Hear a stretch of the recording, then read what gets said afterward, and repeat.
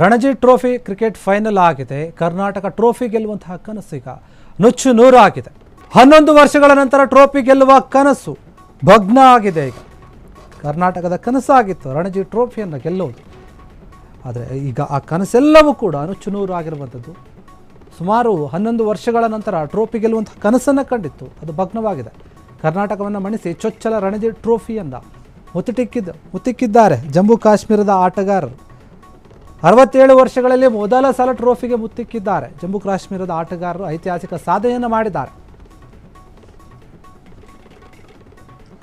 ಹುಬ್ಬಳ್ಳಿಯ ರಾಜನಗರದಲ್ಲಿ ನಡೆದಂತಹ Ranji trophy final ಪಂದ್ಯ ಏನಿದೆ ಅದರಲ್ಲಿ ಜಮ್ಮು ಕಾಶ್ಮೀರ ತಂಡ ಗೆದ್ದು ಬೀಗಿದೆ.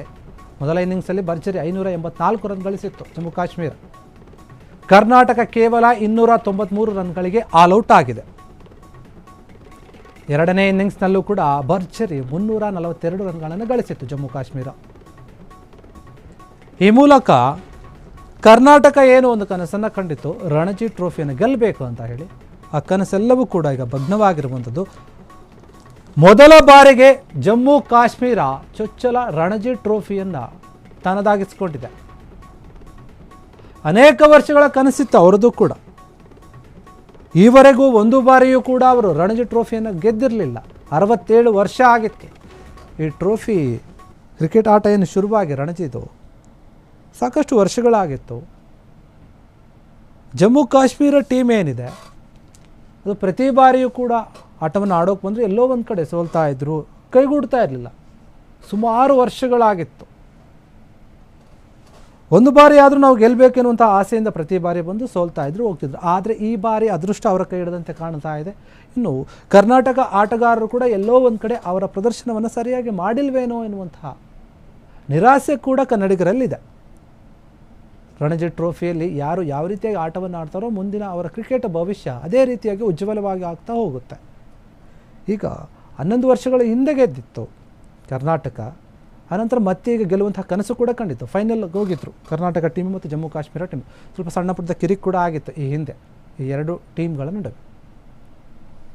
ಈಗ ಜಮ್ಮು ಕಾಶ್ಮೀರ ಚೊಚ್ಚಲ ಒಂದು ಕಪ್ಪನ್ನು ಗೆದ್ದಿದೆ. ರಣಜಿ ಕಪ್ಪನ್ನು ಗೆದ್ದು ಹೋಗ್ತಾ ಇದೆ. ಒಂದು ಐತಿಹಾಸಿಕ ಸಾಧನೆ ಇದು ಜಮ್ಮು ಕಾಶ್ಮೀರ ಟೀಮ್ದು. ಕರ್ನಾಟಕ ಕ್ರಿಕೆಟ್ ಆಟಗಾರರಿಗೆ ಮತ್ತು ಕ್ರಿಕೆಟ್ ಅಭಿಮಾನಿಗಳಿಗೆ ಕೂಡ ಇದು ನಿರಾಸೆ ಆಗಿದೆ.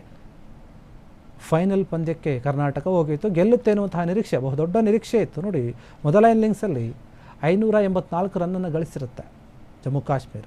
ಕರ್ನಾಟಕ ಆವಾಗ ಕೇವಲ 293 ರನ್ನ ಗಳಿಸಿ ಆಲ್ಔಟ್ ಆಗಿರ್ತಾರೆ ಎಲ್ಲರೂ ಕೂಡ. ಇನ್ನು ಎರಡನೇ ಇನ್ನಿಂಗ್ಸಲ್ಲಿ ಕೂಡ ಜಮ್ಮು ಕಾಶ್ಮೀರ ತುಂಬ ಭರ್ಜರಿಗೆ ಆಟವನ್ನು ಆಡುತ್ತೆ, 342 ರನ್ನನ್ನು ಗಳಿಸಿರುತ್ತೆ. ಹೀಗಾಗಿ ಎಲ್ಲೋ ಒಂದು ಕಡೆ ಕರ್ನಾಟಕ ಆಟದಲ್ಲಿ ಎಡವಿತ್ತೆ ಅನಿಸುತ್ತೆ. ಹೀಗಾಗಿ ಈ ಟ್ರೋಫಿಯನ್ನು ಕೈ ಚೆಲ್ಲಿದೆ. ಕ್ಷಣ ಕ್ಷಣದ ಸುದ್ದಿಗಳಿಗಾಗಿ ಫ್ರೀಡಂ ಟಿವಿ ಸಬ್ಸ್ಕ್ರೈಬ್ ಮಾಡಿ, ಲೈಕ್ ಮಾಡಿ ಹಾಗೂ ಫಾಲೋ ಮಾಡಿ.